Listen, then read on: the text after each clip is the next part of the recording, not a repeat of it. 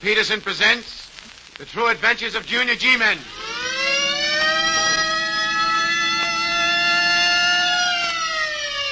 The Junior G-Men are on the air, speeding to your homes, ready for action.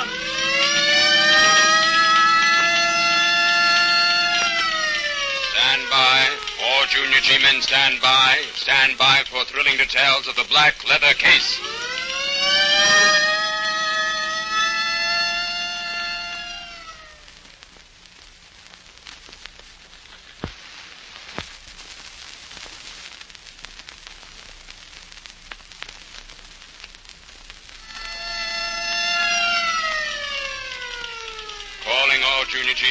Calling all Junior G-Men. Stand by for a report of Junior G-Man Jack Dean concerning... The black leather case. Report number 963 in 3 parts as given by Operator Jack Dean of Wyndham, Part 2.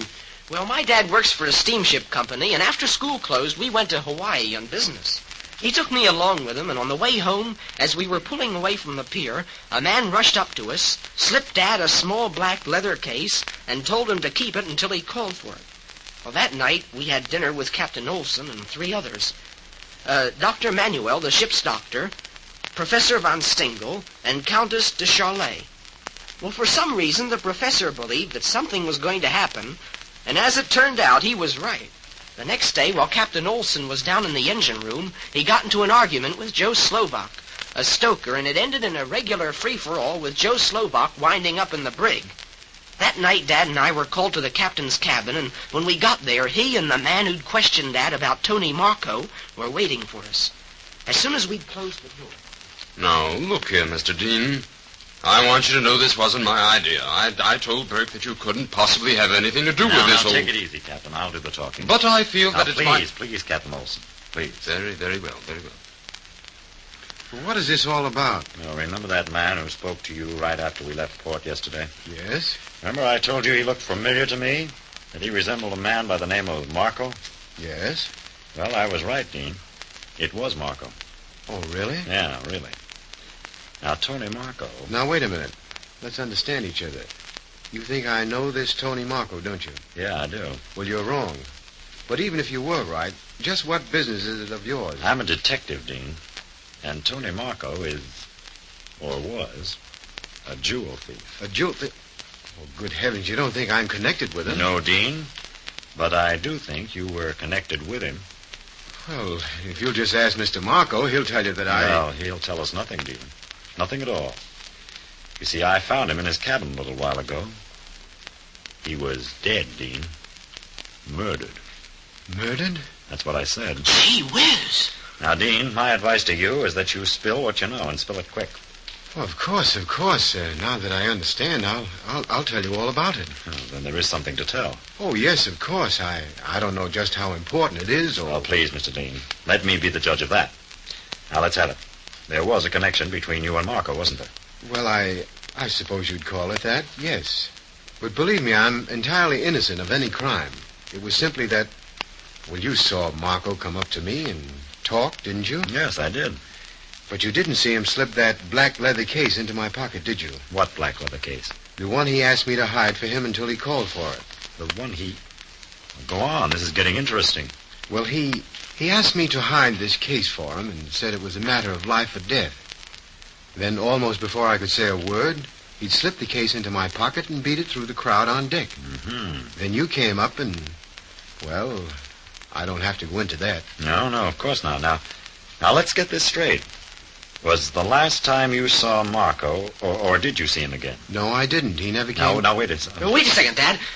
You did see him again, and so did I. When? Well, right after Detective Burke left us. Well, don't you remember he was talking to the Countess de Charlet? Oh, he was, eh? Yes, sir. And when he left her, she put something into her pocketbook. Oh. Any idea what it was? No, sir. I see. And it might have been anything from a handkerchief to Man Mountain Dean. By the way, no reflection on your family name. Oh, no, of course not. Just take as much liberty as you like. Thanks, I will. Well, Captain Olson, that adds Countess de Charlet to the list of suspects. Good heavens, you don't think that the No, Countess... Captain, I don't think. That is, not until I can think straight. I'd like to have a little talk with the Countess, though. And with von Stengel, too. rather anxious to find out what gave him the funny feeling that something was about to happen. Well, he certainly was right, wasn't he? The rumpus down there in the engine room, the murder, and then... Well, gee whiz, do you suppose anything down there could... Well, do you suppose that there could be any connection between those things? Do you suppose the fight in the engine room was deliberately started so as to draw attention away from Marco's room while they... while he was being murdered? Hey, that's a thought. It's just possible that the... Well, we'll see. We'll see. Dean. Yes? I don't suppose you opened that black leather case, did you? No, I didn't. To begin with, it was sealed. And in the second place, I didn't think it was any of my business. I just took it to my stateroom and locked it in the smallest of my grips. All right, then. We'll go down to your stateroom and have a look at that case. I have a pretty good hunch that it contains exactly what I'm looking for. And just what are you looking for? A $30,000 diamond bracelet that was stolen from a Mrs. Duval in Honolulu. Oh, gee, gosh. We had an idea that Tony Marco was the thief. And when he boarded this boat, I followed him. Probably recognized me, and realizing that he had to hide the bracelet, he passed it on to you, Dean. How kind of him. Yeah, wasn't it? Well, Captain Olson. Yes, what is it, Hughes? It's Slovak, sir. He managed to escape. From the brig? That's right, sir. Good heavens, what next? Now, look here, Burke. I'll have to organize a search for Slovak before I do anything else. The man's dangerous, It's all right. I understand perfectly. You go ahead and organize your search. In the meantime, I'll go down to Dean's stateroom and have a look at the leather case. Well, all right. But what about the Countess and Von Stengel? I'll have someone tell them to come up here to your cabin and wait until I get back. I'll question them then. All right, Burke, if that's the way you want it. However, I wish you'd be as tactful as possible. After all, they're not just ordinary passengers. Don't worry, Captain. Don't worry at all. I'll be tactful. By the way, tell Dr.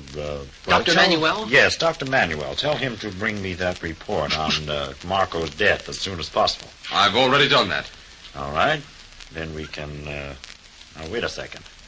You can sit down again, Dean. I want to get these notes organized before I do anything else. I've got a lot of information here that won't mean a thing unless I straighten it out. Won't take long. And the search for Slovak was well underway before Dad and Detective Burke and I left Captain Olson alone in his cabin and started for the stateroom. When we finally arrived there... There, now, if you'll just step this way, please. Thanks. It'll be a pleasure. Now, that little grip I mentioned is right over here under the... Oh, say, wait a minute. What's the matter? Well, that's funny. What's funny? Well, take a look at this grip. Good grief. Slashed to ribbons. Holy... Whole side has been cut out. Look at that. Well, someone's been in here. You're telling me. Well, hurry. Open it up and see if that case is gone. Yeah. Well, it must be gone. What other reason could they possibly... Well, open it up, man. Open it up. We've got to make sure. Now, open it. Okay. Well, let me see. I think it's the small key. Yeah, this is the one. Well, use it, will you? And try to hurry, man. All right, wait. There we are. Now, if the case is still in here, it should be right about... But it's not here, Burke. It's gone. Gone. Now, that's just swell. That's just dandy. That means we can start all over again. Someone else knew about that bracelet and was willing to commit any kind of a crime to get a hold of it. In other words, you believe that Marco was murdered by the same person who took the case from Dad's grip? Of course I do. Well, gee whiz, that ought to help a lot. How? Well, that means that whoever was after the case believed it was in Marco's possession and only found out that Dad had it after the murder had been committed. Now, wait a minute, my boy. You've forgotten one mighty important thing. And what's that? Suppose Marco was an accomplice on board, and suppose he told that accomplice that he had given the case to your dad to keep for him. Oh, but gee whiz, I don't understand why Now, wait. Let me finish. And I'll show you how it all works out. Marco's pal or accomplice wants that case and whatever it is in it all to himself. So he decides to get rid of Marco and then rob your dad. There you are. That's simple enough, isn't it? Oh, gosh, yes. Now that you've explained Well, it that's one explanation. There are plenty of others. That's why it doesn't pay to jump at conclusions. You've got to be sure every step of the way. Why, if I'd want to trump up a case against your dad, I could do it without any trouble at all. As it is, I'm almost entirely sure that your dad is entirely innocent. Well, thanks a lot, Burke. That's very reassuring. But look, Detective Burke, if there are so many possibilities, how are you ever going to get down to the right down to the bottom of it? Hell, don't you worry about that. We'll get to the bottom of it, all right. And when we do, everything will fall right into place. Well, I hope you're right, Burke. As far as I'm concerned, the whole thing looks pretty hopeless. Well, and that's a very good sign. That's usually when things start breaking. And while you're waiting for things to break? Well, we'll go to the captain's cabin and question our friends, the Countess and Professor von Stengel. Well, if you don't mind my saying so, Burke, I think you're not going to meet with very much success. Well, it won't do any harm to try. Besides, I can't help thinking about the missing Mr. Slovak. Just possible that we may be able to try it. When we got back to the captain's cabin, we found the Countess, Dr. Manuel, and Professor von Stengel waiting for us. However, the captain wasn't around. Where's Captain Olson? I'm sure I do not know, Burke. He wasn't around when I came in. I was the first to arrive. I see. He might be supervising the search for Slovak. Then he hasn't been found yet. No, he hasn't. Funny, too. I understand they've practically turned the ship inside out. Yeah. We just cannot locate him. He'll turn up before long, unless I miss my guess. But let's get down to the business at hand. I'll begin with you, Countess. With me, monsieur? Yeah. But, monsieur, I know nothing about this terrible business. Nothing at all. I suppose you never met Mr. Tony Marco. Oh, no, monsieur. I have never met this person, Tony Marco. Then how do you explain the fact that you were talking to him yesterday? Talking to this Tony Marco? That's right, Countess, unless you've got a couple of twins roaming around this boat. You are very, how you say, a tough guy, are you not, monsieur? Yeah, I'm a tough guy, Countess. A first-class tough guy. What's that? What's what? That noise. What is it? There it is again. Yeah. Seems to... Now, wait a minute. See that closet over there? Well, I have a hunch. Come on, Dean. Right. What are we going to do? We're going to break that door down. That's what we're going to do. Well, how do you know it's locked? I got one of the professor's funny feelings. Come on, Dean. Lean against it. 1, 2. There. There she goes. Oh, now. Look, Dean. The captain. The captain!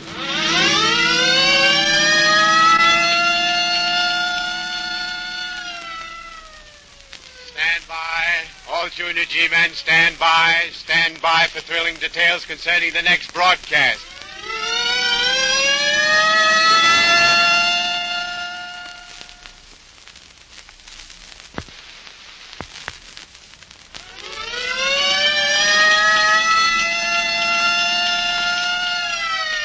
Calling all Junior G-men. Calling all Junior G-men to proceed at once to points of duty. Calling Junior G-man Jack Dean to report to Director Donald Peterson at the next meeting on this station to continue report concerning... The Black Leather Case.